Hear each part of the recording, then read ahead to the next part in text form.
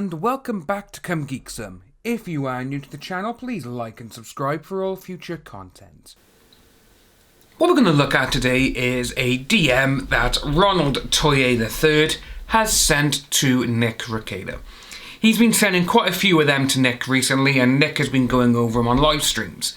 Well, this one is a very interesting one, to say the least.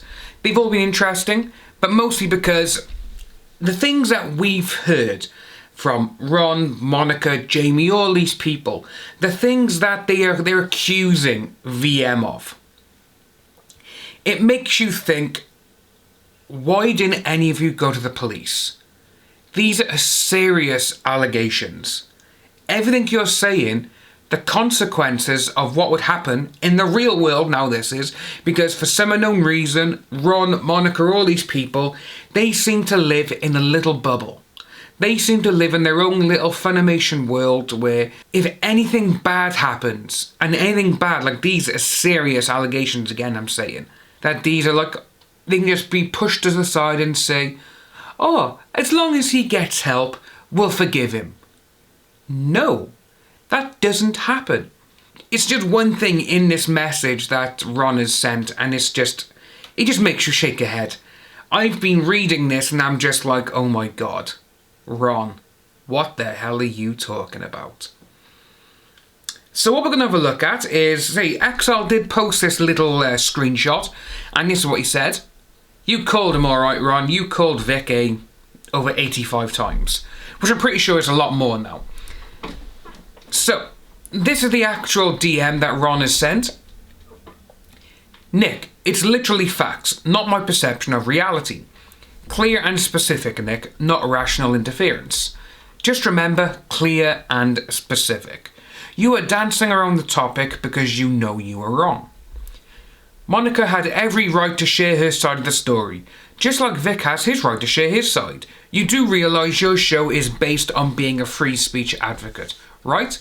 Just for that part there, first of all, Monica does have her right to share her side of the story and everything else, but when her story cannot be backed up by people who actually mentions in her story, her affidavit and her video deposition, when she mentions that person, then that person sides with the person you're going against and say, nope, that never happened. It makes you think, right, is this story actually believable? So, is it not her right to speak up? Of course, we did consider the effects of speaking up would be, and as you can see, based on what's happened, on the lawsuit you profited from, we were also prepared to back up our words. Again, they haven't prepared to back up their words. Because before all of this even started, this entire lawsuit talk, he was going on saying, take us to court, we want to go to court, take us to court. And people are like, right, okay, then he will. And he's like, we have hundreds, if not thousands of women who are going to come forward and they're going to testify against Vic. Okay then, where are those people? Where are those women? Where are the hundreds, if not thousands of women who you said were going to stand by your side and they were going to give statements, they were going to give their own affidavits against VM? Where are they? Instead, we had someone called LG Montello who done one, and you can't really blame, well, not blame her, sorry. You can't really trust her affidavit because she is diagnosed, medically diagnosed that is, as a paranoid schizophrenic, so her testimony and her affidavit will be thrown out. Then you also have the two twins, the ones who were living with Monica and Ron at this time.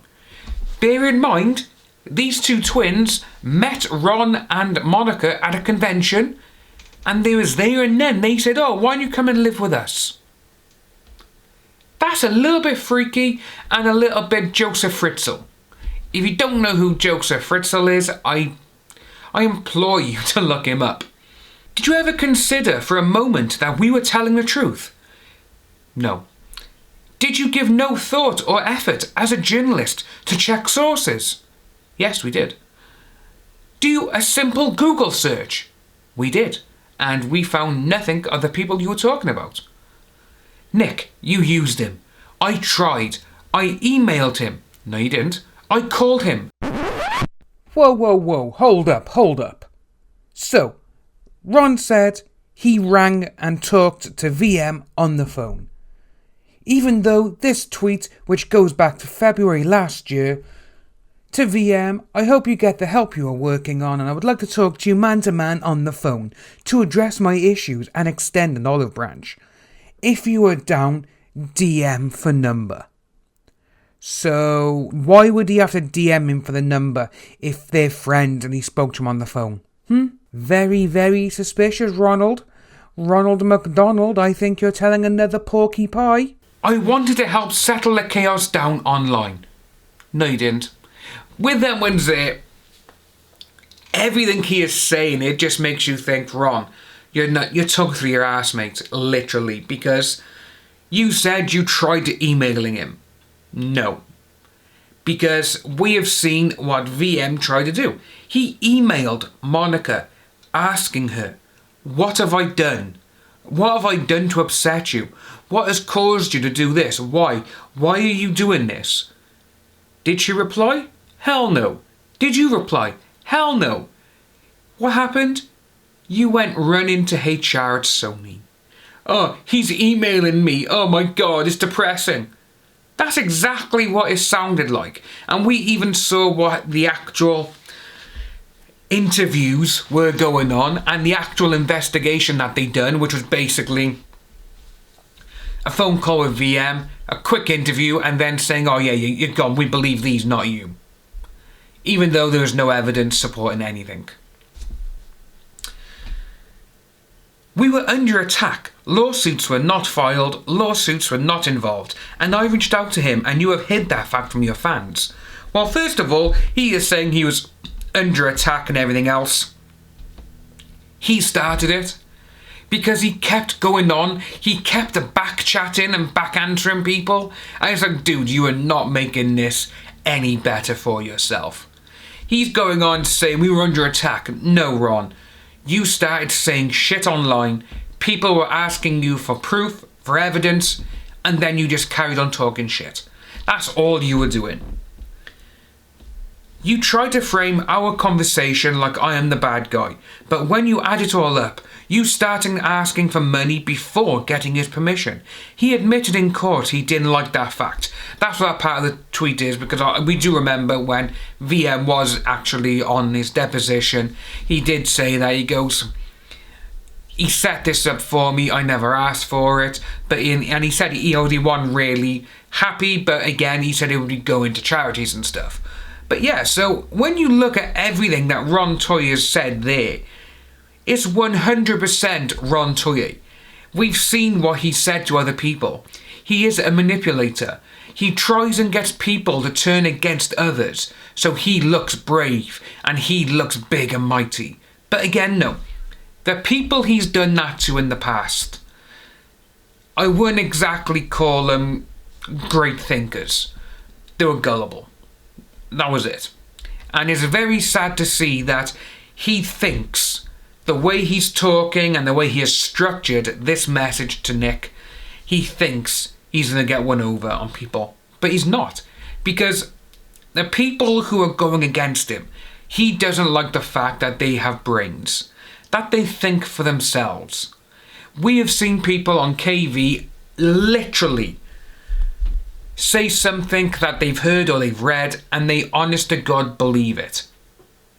And again, I said this in the video the other day. We were talking, me, SG Sammy, a few others, because Kitchener-Con has got VM as a guest of honour. And someone just messaged, oh, but he's a convicted this. And we were all like, what do you mean? And no, he's not. Where have you heard that from? And then they come back with saying, oh, well, I saw this, so-and-so was talking about him, and they said that he lost the court case and he was convicted. So, straight away, people on KV, they're saying that he was convicted and that he is now a registered, and that he's actually banned from conventions, which is kind of stupid because, again, most of that information comes from people like LJ Montello. It comes from sources like Anime News Network, who this entire VM drama they've covered. But when it was the Rooster Teeth vice president, oh no, we didn't cover that. When it was all these other instances of things in the anime community, they didn't cover any of that. They covered one thing, and that's only because people were pressurising them against it. That was it. But when you say, getting back to this, when you see Ron and the things that he has been saying in these DMs, you just know he is still trying to manipulate people. And it's not working. And he doesn't like that. And before I finish this video, because I do realise we have rambled on for a little bit longer than I normally do in my videos. But with Ron, I can't see this going anywhere but down for him. Literally. You know, even if the appeals don't go through, whatever, yes, VM does have to pay like 250 grand or 240 grand, but Monica and Ron still have to pay the other $250,000, $300,000, around there, I think. Let me know the real number below, guys, in the comments. So they're going to be out of pocket no matter what. If you are new to the channel, please like and subscribe, hit that notification bell for future updates, and I'll see you all you wonderful people soon.